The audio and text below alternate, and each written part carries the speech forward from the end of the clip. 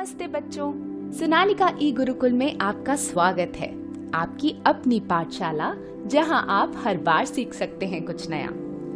आज सोनालिका ई गुरुकुल आपके लिए प्राचीन हिंदू महाकाव्य महाभारत से एक रोमांचक कहानी लेकर आए हैं। महाभारत चचेरे भाई कौरवों और पांडवों के बीच के महायुद्ध की महान कथा है। कौरव अपनी ईर्ष्या और लालच में अंधे होकर पांडवों को मक्कारी से हराकर उन्हें अपने राज्य से बाहर निकाल देना चाहते थे।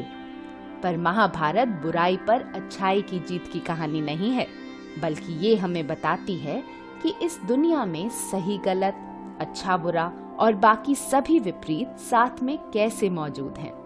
यही नहीं, इन कहानियों में ऐसे कई उदाहरण हैं जो हमें जिंदगी के कई महत्वपूर्ण पाठ पढ़ाते हैं। इन्हीं में से एक कहानी है महान योद्धा राजकुमार अभिमन्यु की, जो तीसरे पांडव अर्जुन और श्री कृष्ण की बहन सुभद्रा के पुत्र थे। महाभारत में बताया गया है कि जब अभिमन्यु अपनी माँ के गर्भ में थे, तो उन्होंने तभी अपने पिता अर्जुन को अपनी माँ सुभद्रा से एक घातक चक्रव्यूह के रहस्य के बारे में बात करते हुए सुना था। अर्जुन ने चक्रव्यूह में प्रवेश करने का रास्ता तो बताया, लेकिन इसके पहले कि वे वहां से जीवित और बिना नुकसान निकलने का रास्ता बता पाते, सुभद्रा सो गई। उन्हें सोता देख अर्जुन ने बात करना बंद कर दिया और उन्हें फिर वो कथन कभी पूरा करने का मौका ही नहीं मिला। नतीजा ये हुआ कि गर्भ में पल रहे अभिमन्यु को सिर्फ इसके प्रवेश भाग का ज्ञान मिला, परंतु भागने के महत्वपूर्ण हिस्से के बारे में उन्हें कभी कुछ पता ही नहीं चल पाया।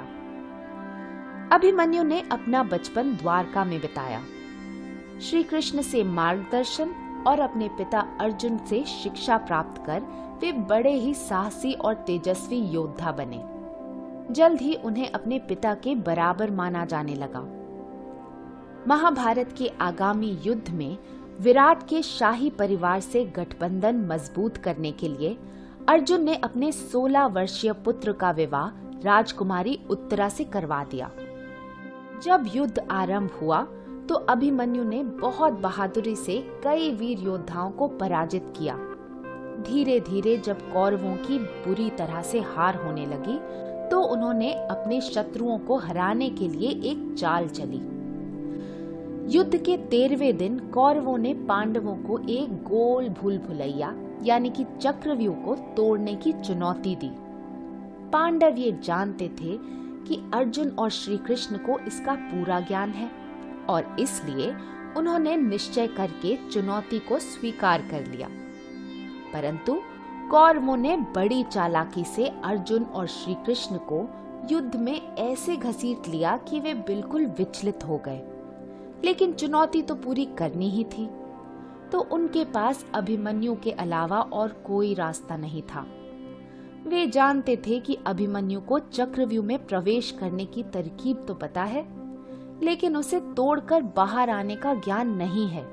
तो पांडवों ने निश्चय कर लिया कि वे सभी अभिमन्यु की सहायता करने के लिए चक्रव्यूह में उसके साथ प्रवेश करेंगे। अभिमन्यु तो आसानी से भीतर घुस गया, लेकिन कौरवों ने अपनी चाल से पांडवों को अंदर जाने से रोक लिया। अब अभिमन्यु पूरी कौरव सेना के खिलाफ अकेला ही लड़ने के लिए मजबूर हो गया। वह अपने रास्ते में आने वाले कई योद्धाओं को बहादुरी से मार मार कर बहुत देर तक लड़ता रहा। कौरव सेना ने तीरों की बौछार से उसका रथ तोड़ दिया और शीघ्र ही उसके सारथी और घोड़ों को भी मार डाला।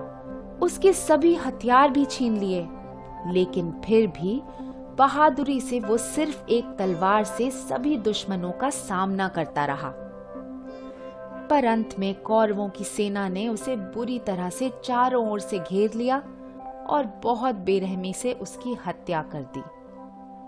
ऐसा कहा जाता है ये अभिमन्यु का ही बलिदान था, जो युद्ध के नियमों के पालन के अंत का प्रतीक है।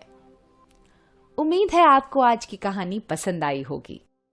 ऐसी ही रोमांचक कहानियां सुनते रहने के लिए सब्सक्राइब कीजिए सोनालिका ई गुरुकुल चैनल को।